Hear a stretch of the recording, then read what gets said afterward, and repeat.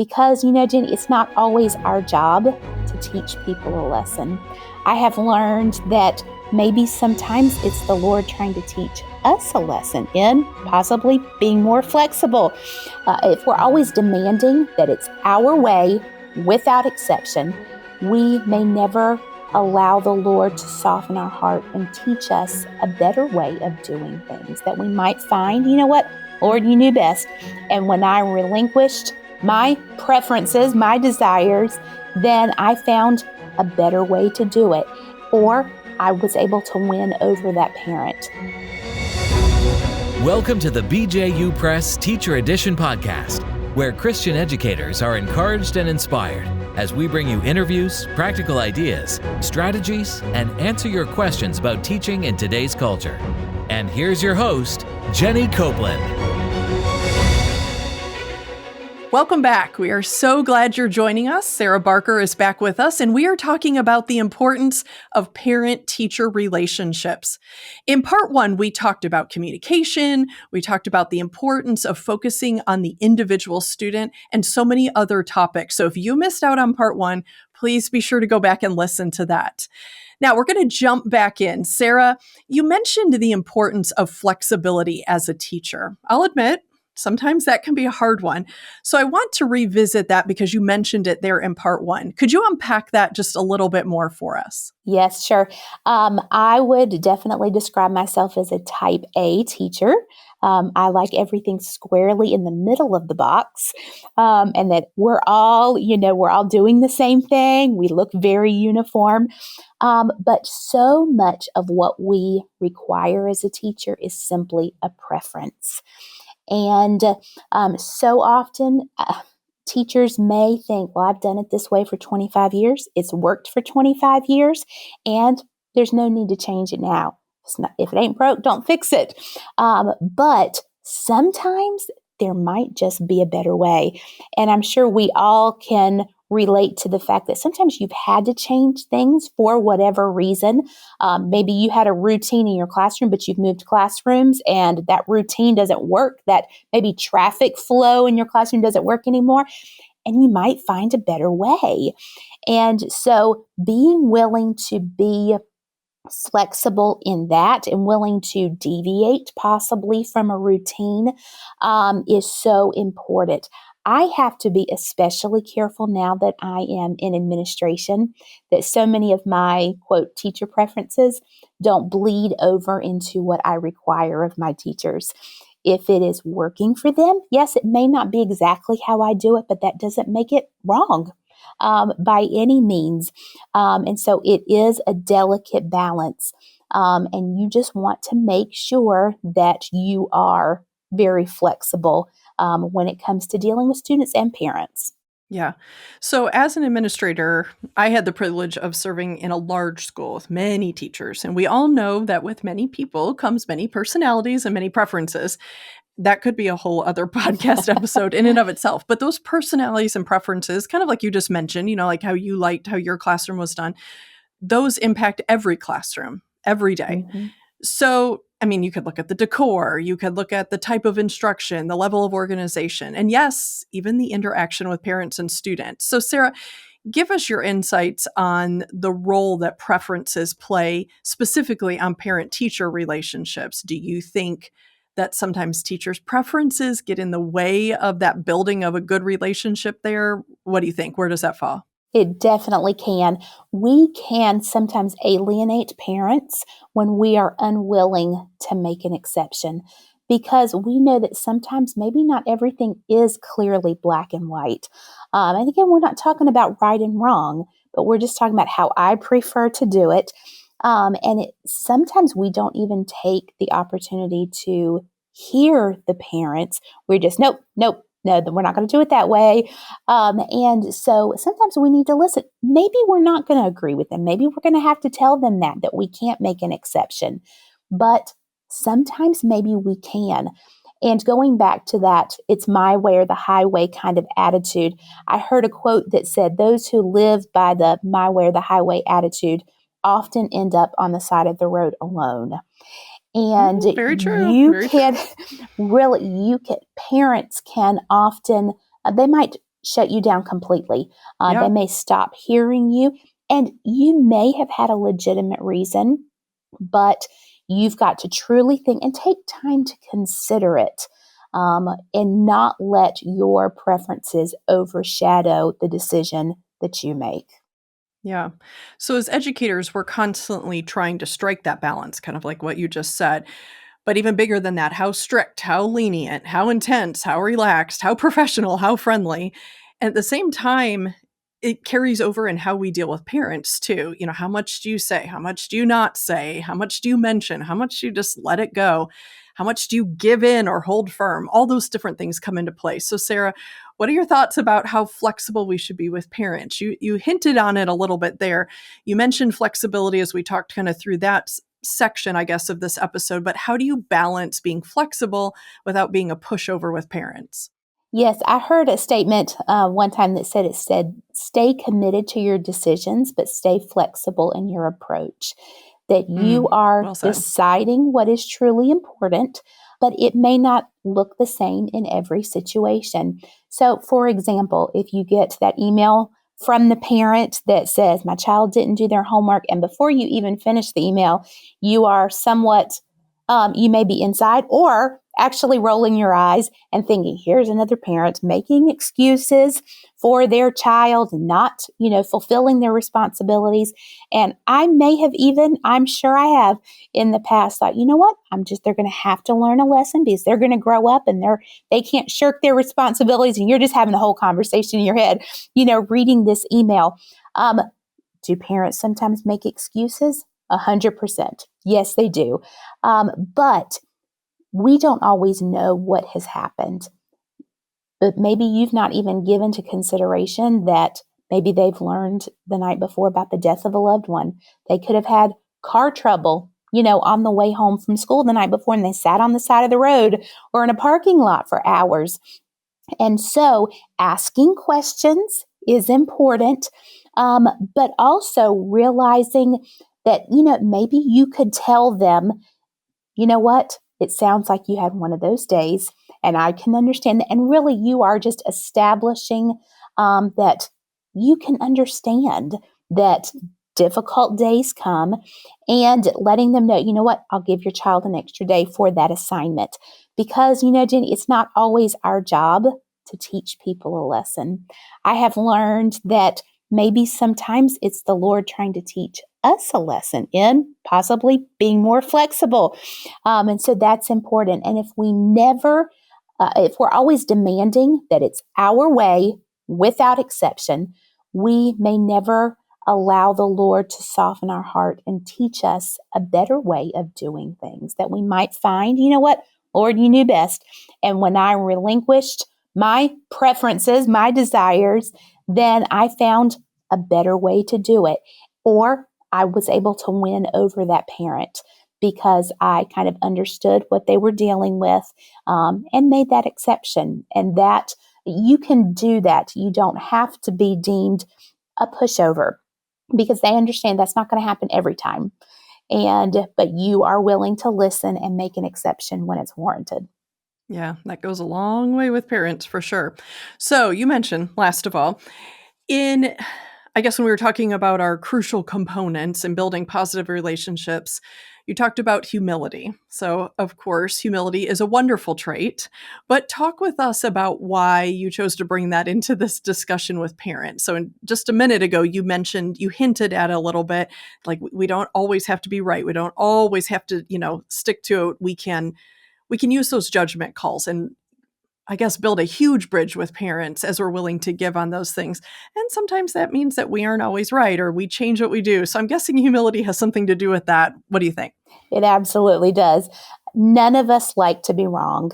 We don't, but we are human. And it does take a lesson in humility to admit that to parents and to students. But nothing can undo the difference you've made in the lives of students and parents more quickly than not being willing to admit where you've made a misstep. It could be something pretty big where maybe administration has to get involved. It could be something small, like you are certain that you wrote that assignment on the board, the child says you didn't, that they didn't know, you know, and it could be, again, something small or big. Sometimes we jump the gun in scolding a student for something that maybe they weren't guilty of. Maybe we reacted before we had the facts. We've all done that.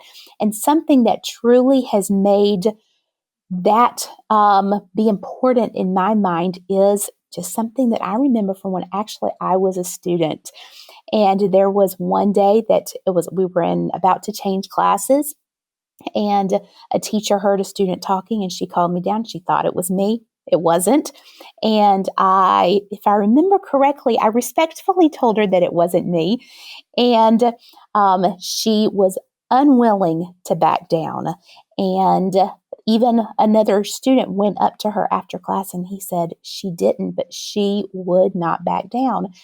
And so it was one of those, again, that was a long time ago, but I still remember how it made an impact. It did. And I would not have thought, I promise you, I wouldn't have thought less of her had she said, okay, well, I'm sorry, I thought that was you, but apparently it wasn't. I would have thought more of her and respected right. It's the her. opposite of what we think will happen. Yes, you're absolutely right. And if you've ever had to apologize to a class, to a student, yes, to a parent, you can truly vouch for how forgiving that they can be. Yeah. That will often, if you have a parent that's they're coming at you because they're upset about something maybe that you did, just as the Bible says, a soft answer turneth away wrath.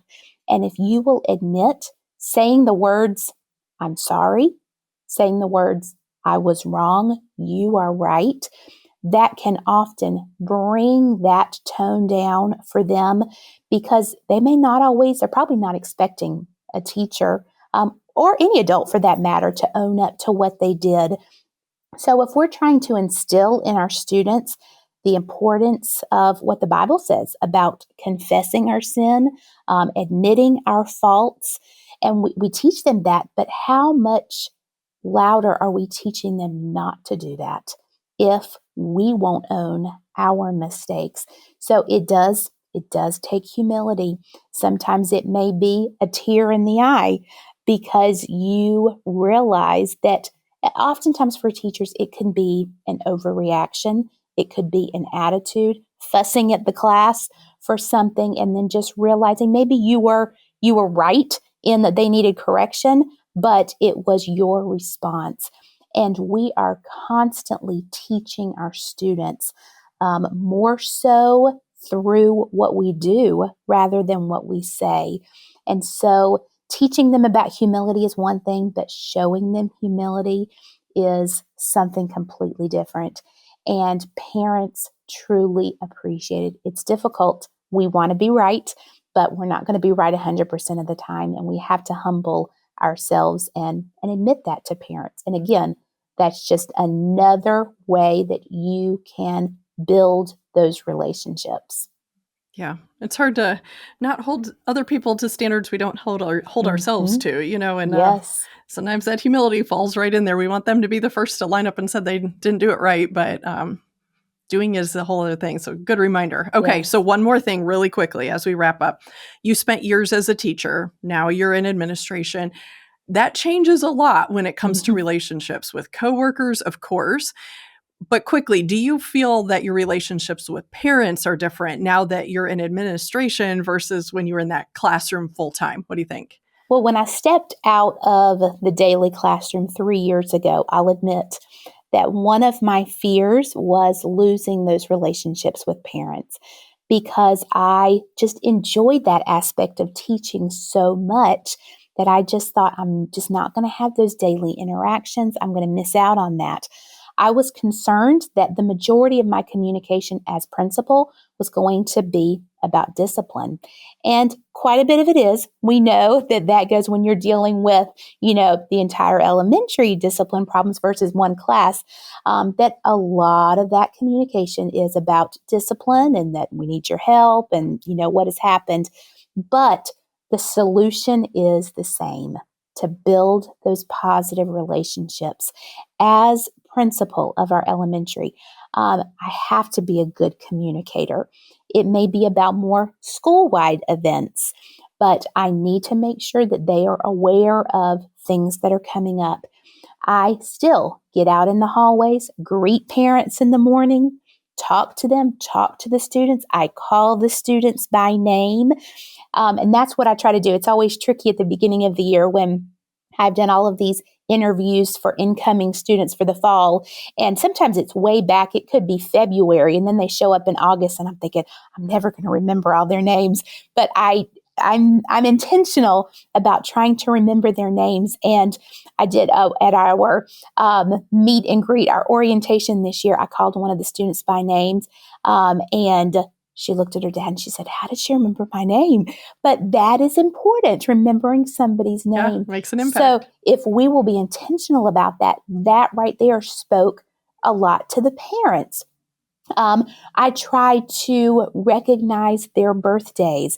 In fact, I did that just today. I went in and recognized the birthdays for October. I've done that in different ways. My first year as principal, I was overly ambitious.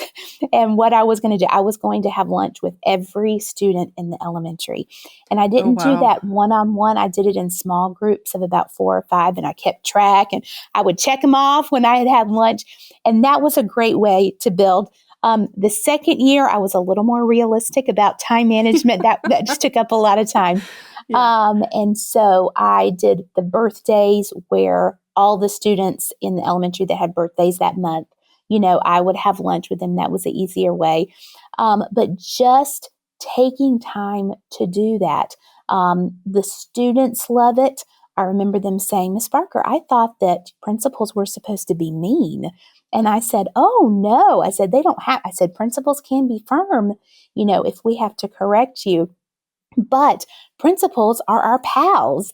And so that was important to be able to just recognize them for those things, celebrating accomplishments with them, taking pictures with the students. I'm a big picture taker. I love doing that. And so taking pictures with them at big moments, maybe it's we have our Little Eagles sports teams, maybe it's, at one of the games, taking pictures with them, that's important.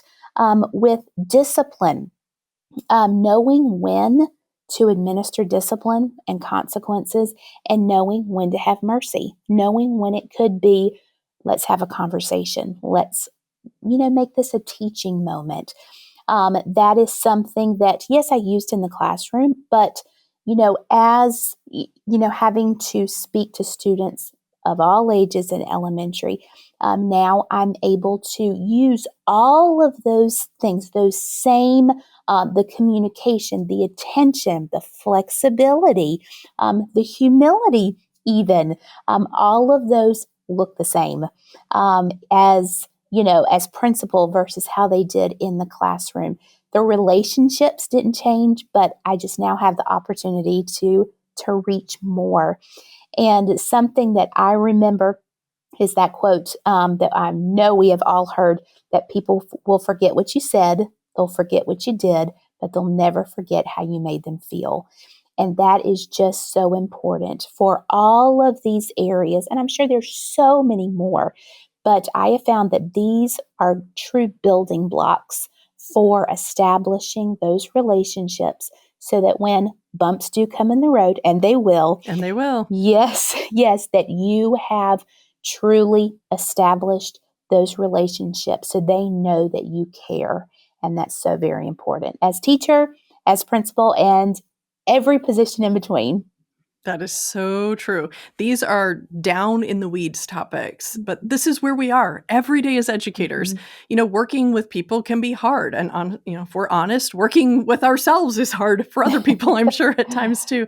We are all humans, but God has put us right where we are to serve with and to partner with our coworkers, as well as the students, and of course their parents. Sarah, thank you so much. You really took us back to the basics today, helped us refocus on our true ministry with these parents and how to lead that relationship in a way that's positive, building that with them. We need to be reminded of this constantly, and I really appreciate you doing that today. This was an excellent episode, and I appreciate all you brought to the table. Yes, you are so very welcome. It is something that we do on a daily basis. You're going to deal with parents every day. And so that I'm glad it was helpful. I enjoyed our discussion. Absolutely. Listeners, thank you for joining us today as well. I hope you were challenged and encouraged to get in there and work at those relationships. Remember to go to teachereditionpodcast.com to submit questions for our upcoming episodes. Of course, be sure to subscribe to the podcast and follow us on social media. Now, it's time to get back to your day, but it's not just any day. Every day in the classroom is your day to impact and inspire through God's power and through His grace working in you. Go do what God has called you to do.